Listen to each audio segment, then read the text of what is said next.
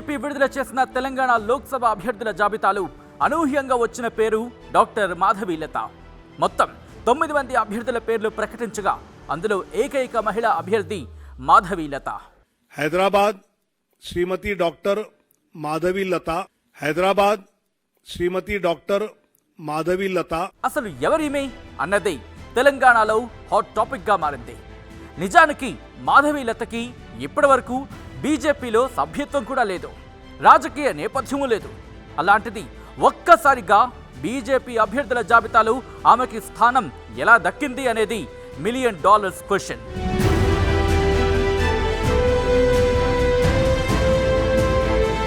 Doctor Madhavilatha అంటే Virinchi hospitals chairperson.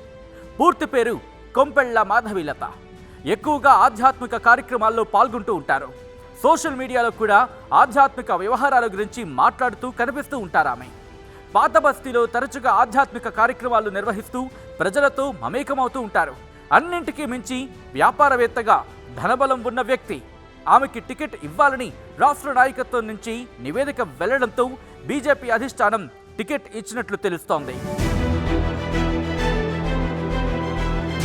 Doctor Madhavilatha కోటి women's college నుంచి పొలిటికల్ సైన్స్లో పీజీ చేశారు. భరతనాట్య నర్తకిగా కూడా పేరుందామెకి. లోపాముద్ర చారిటబుల్ ట్రస్ట్ ద్వారా హైదరాబాద్ నగరంలో సేవలు చేస్తున్నారు. ఆమె వేషధారణ కూడా వినూత్నంగా కనిపిస్తుంది. కోట్ల రూపాయల ఆస్తి ఉన్న కాషాయపు మడిలో నుదుటిపై పెద్ద బొట్టుతో వినూత్నంగా కనిపిస్తూ ఉంటారు. ఆమె స్థాపించిన చారిటబుల్ ట్రస్ట్, హాస్పిటల్ ద్వారా పాత బస్తీలో సేవలు చేస్తున్నారు మాధవీలత.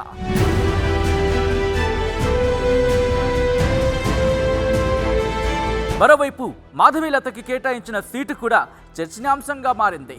ఎందుకంటే హైదరాబాద్ నియోజకవర్గం అంటే మజ్లిస్కు తిరుగులేని లోక్సభ స్థానం. ఎంఐఎం అధినేత అసదుద్దీన్ ఓవైసీ కుటుంబానికి కంచు కోట. 1984 నుంచి 1999 వరకు అసదుద్దీన్ తండ్రి సలావుద్దీన్ ఓవైసీ ఇదే నియోజకవర్గం నుంచి వరుసగా గెలిచారు. ఆ తర్వాత అంటే 2004 నుంచి 2019 వరకు 4 సార్లు అసదుద్దీన్ గెలిచారు. అంటే 40 ఏళ్లుగా ఇక్కడ అసదుద్దీన్ ఓవైసీ కుటుంబం హవానే నడుస్తోంది. అలాంటి చోట మాధవీలత ఎంత మేరకు పోటీ ఇస్తుందో చూడాలి. అసదుద్దీన్పై గెలిస్తే మాత్రం మాధవీలత చరిత్ర సృష్టిస్తుంది.